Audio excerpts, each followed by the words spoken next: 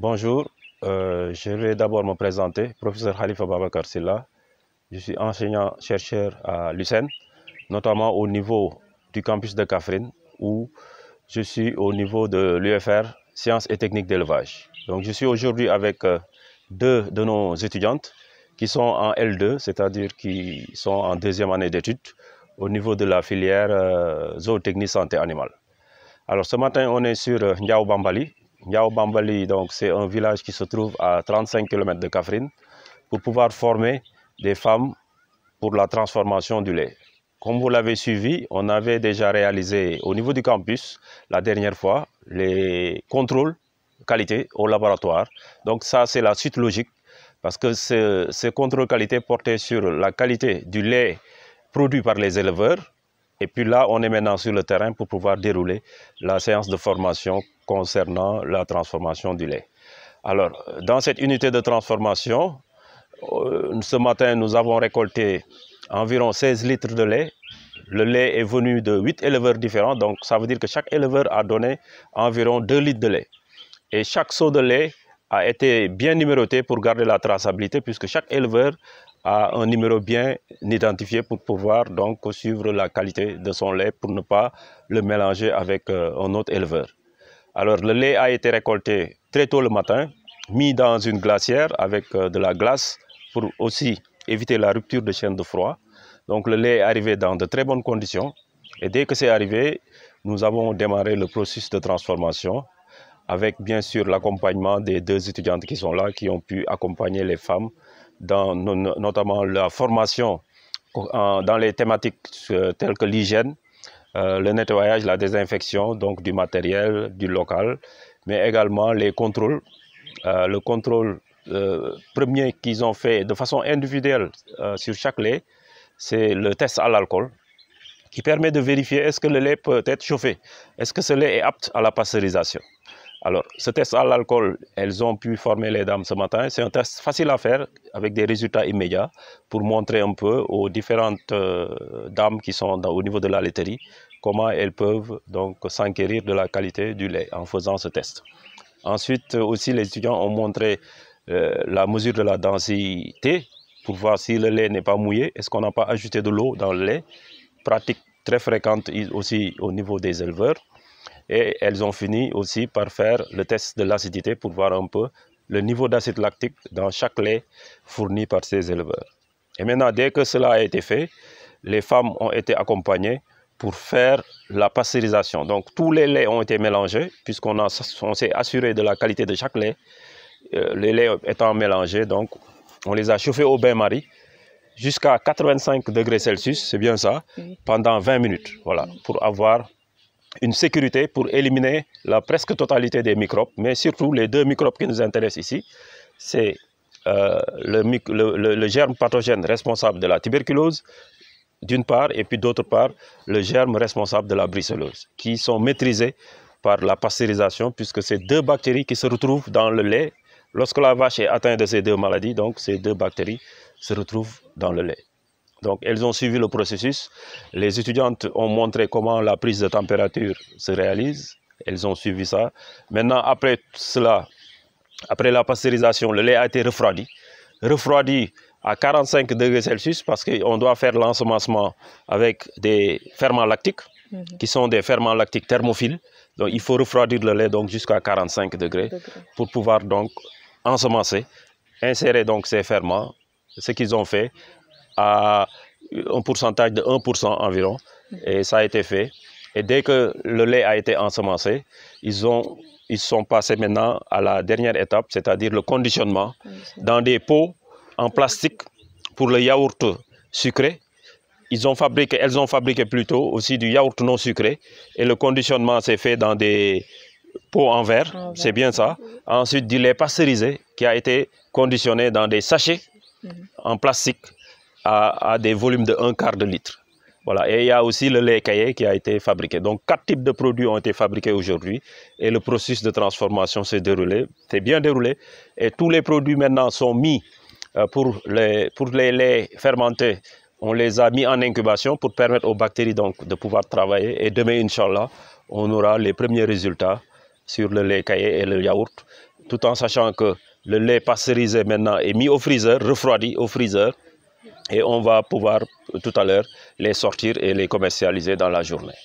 Voici un peu en résumé, grosso modo, ce qu'on a pu faire dans cette journée d'accompagnement de cette laiterie, tout en précisant aussi que au niveau de cette ferme, là où on est, tout est écologique puisque l'énergie qui est produite ici est produite par des plaques solaires. Ça veut dire que la lumière est produite par l'énergie solaire, ainsi que le freezer qu'on utilise à l'intérieur qui marche avec l'énergie solaire aussi pour stocker donc, les produits finis. Donc ça veut dire qu'il n'y a pas de pollution de l'environnement et on évite au maximum d'utiliser des matières plastiques. On va de plus en plus aller vers le conditionnement en verre, utiliser des pots en verre et des bouteilles. Et ces bouteilles vont nous permettre de pouvoir les recycler, de les stériliser et de les réutiliser pour aussi faire un peu de l'écologie, protéger un peu l'environnement. Et nous allons voir cela aussi chez les éleveurs qui pratiquement n'utilisent pas de molécules chimiques dans l'élevage. Donc l'aliment qui est donné est produit de façon très naturelle, écologique et évite surtout les traitements. Ils utilisent peu de médicaments et surtout la phytothérapie pour pouvoir apporter les solutions par rapport à la santé des animaux. Là, on va demander leur attention puisque après elles sont appelées à faire ça elles-mêmes. Ça, c'est une seringue qui est graduée de 1 à 20. Et pour faire le test, il vous suffira juste de prendre du lait, ici à 10 ml. Et avec l'autre seringue, vous prenez de l'alcool, 2 ml. Et vous allez pouvoir faire votre test. Bonjour, je me présente, c'est Mariama Gassama, étudiante en licence 2 en zootechnie et santé animale, sciences et techniques d'élevage. Bon, aujourd'hui, nous avons eu à venir ici, au niveau de Ndiao Bambali, avec notre professeur Khalifa Ababakar Silla, directeur de notre UFR, pour aider ces femmes-là et un peu leur montrer comment transformer le lait et obtenir d'autres produits laitiers, tels que le yaourt, le lait frais pasteurisé, ainsi que le lait caillé. Mais tout cela dans un cadre d'hygiène et de qualité, comme on l'a appris au niveau de notre université. Donc, on a d'abord commencé par leur montrer comment faire pour assurer l'hygiène au niveau de leur laiterie qu'ils ont ici. Donc, tout au début, on leur a demandé, surtout, avant de commencer le travail, qu'elles se lavent d'abord les mains. Et après cela, on leur a aussi fait savoir qu'on ne peut pas entrer dans cette laiterie avec ses chaussures et tout. Tout cela fait partie des conditions pour assurer une bonne qualité du lait. Parce que, comme on le sait, pour assurer la transformation de tout produit qui est une denrée d'origine animale, il faut surtout respecter la règle des 5 M, c'est-à-dire l'hygiène du milieu, l'hygiène du matériel, de la matière première surtout, qui ici on parlera du lait, mais aussi l'hygiène de la main-d'œuvre. Et ici, ce sont les femmes avec qui on travaille depuis ce matin. Pour l'hygiène de la matière première, qui est le lait, d'abord, nous sommes venus et on a eu à faire des tests. Ces tests-là devaient nous permettre de savoir si le lait est de bonne qualité ou pas et si elle est apte à être transformée ou pas. Donc, on a commencé par le test de l'alcool. Si c'était nous, au niveau de l'université, on allait utiliser des matériels tels que les pipettes et autres. Mais puisque ces femmes-là n'ont pas ces matériels à leur disposition, on leur a permis de travailler avec des seringues qui leur permettaient de prélever le lait et de prélever aussi une quantité d'alcool qu'ils mélangeaient pour savoir si le lait qu'elles ont est de bonne qualité et si ce lait-là est apte à être pasteurisé. Après cela, on a eu à faire d'autres tests. Elles ont eu à pasteuriser leur lait. On leur a montré comment pasteuriser le lait tout en suivant tout au long du processus comment suivre la variation de la température. Parce qu'il fallait d'abord chauffer avec le bain-marie jusqu'à 85 degrés Celsius et maintenir cette température-là pour 20 minutes pour au moins s'assurer que le lait sera sans danger. C'est-à-dire qu'il n'y aura pas de présence de microbes pathogènes capables d'apporter des maladies telles que la tuberculose ou bien la brucellose, qu'on sait qui sont des maladies très dangereuses et qui sont des zoonoses, c'est-à-dire ça peut se transmettre à l'homme.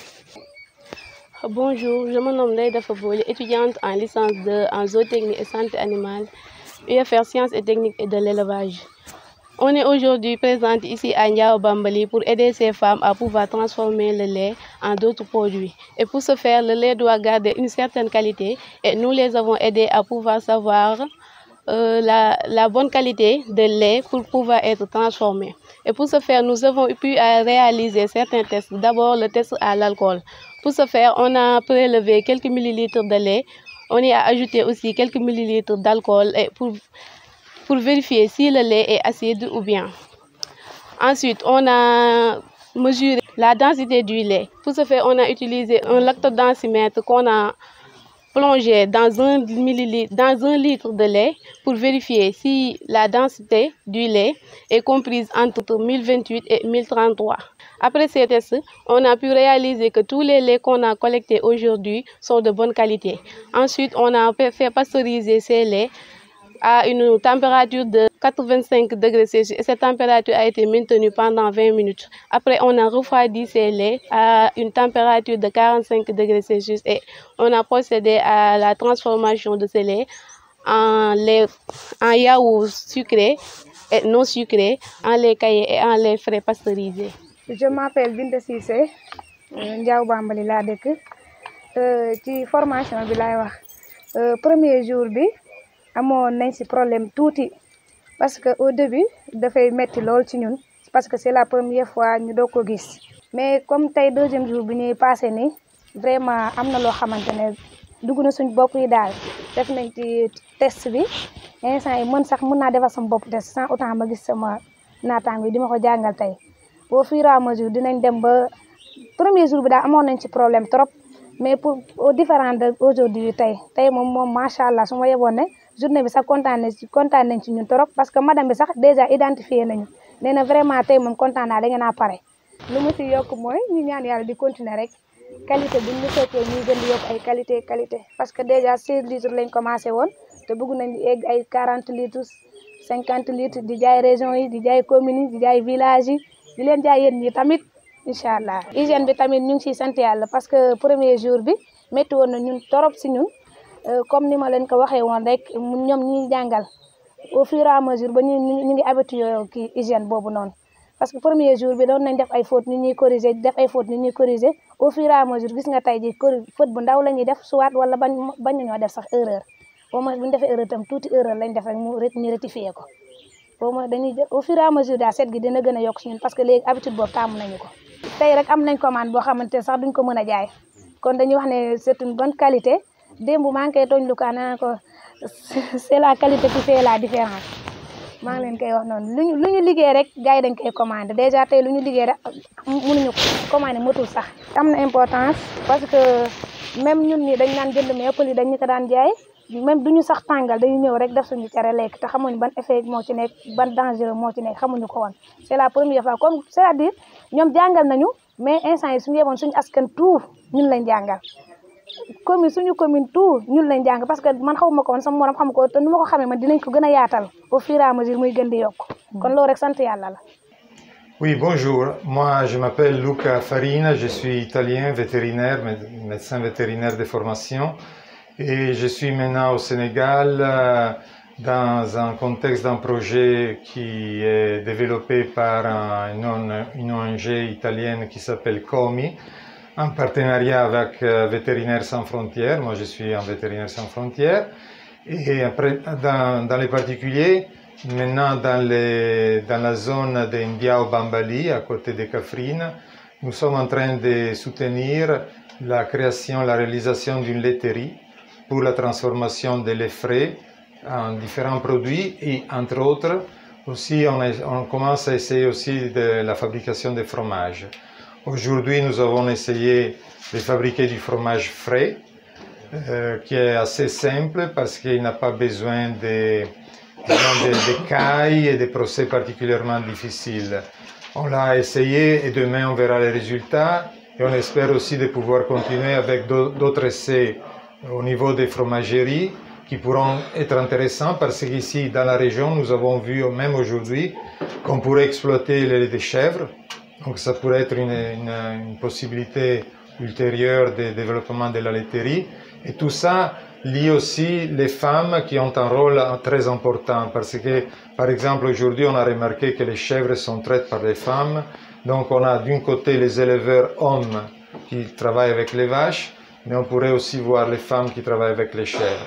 Donc tout ça, c'est bien sûr dans l'esprit de pouvoir produire et mettre sur le marché un produit de qualité qui doit être diversifié pour pouvoir vous offrir des moyens d'intérêt aussi culinaires différents qui doivent être sûrement adaptés au goût sénégalais, au goût de l'endroit, mais qui quand même sont assurés par un procès qui tient compte de toutes les bonnes procédures de travail. On travaille selon les bonnes pratiques de travail. On cherche d'être toujours sérieux si vous voulez, dans le respect de ces tâches, et ça, c'est notre but. On va employer comment on appelle ça, tamis. Un tamis dans un pot pour laisser écouler les sérums qui, à cause du sel, ça va se dégager. Le sel, c'est la pression osmotique inverse, donc il va attirer l'eau qu'il y a maintenant dans les yaourts, mais c'est pas l'eau, c'est du sérum. Le sérum, c'est très riche en vitamines, en saux-minéraux, donc on ne va pas les jeter. Demain, on va fabriquer la ricotta qui le professeur Sill aime beaucoup, et que c'est un fromage typique d'Italie. La ricotta, on ne la fait pas ailleurs, ailleurs on jette, nous on ne jette pas, on garde ça, et vous verrez demain, bon, je ne sais pas si vous viendrez, mais quand même, avec un peu de lait ajouté, vous aurez encore un autre fromage très très riche, parce qu'il a toute la richesse du sérum, les vitamines, etc., qu'on n'a pas perdu, et avec la richesse du nouveau lait qu'on va ajouter. Ça c'est très simple aussi, demain on le fera, et il faut bouillir le lait qu'on aura, avec un peu de citron qui va coaguler les protéines, et vous aurez les nouveaux fromages. Donc demain, ça sera la ricotta. Mais aujourd'hui, on va faire les fromages frais type Philadelphia, type Boursin. Alors, qu'est-ce qu'il faut faire? D'abord, il faut remettre dans cette casserole les 4 pots de yaourt qu'on a produits hier. Donc, on prend les pots de yaourt, on met une cuillère de sel. Mais je dois dire la vérité. Avec une cuillère de sel de café. Je fais la même chose avec les poivres. Et aussi j'ajoute peut-être moins de ce que j'ai ajouté maintenant. On va se remuer.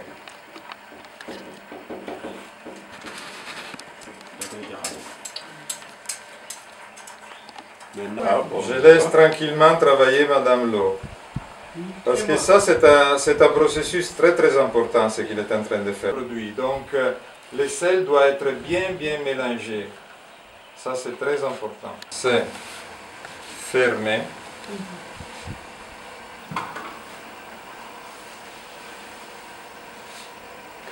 Vous commencez à voir une chose intéressante. Il y a déjà... Ah, c'est très épais. Donc, je prends ça, je ferme comme ça, et on va les mettre jusqu'à demain. Jusqu'à demain.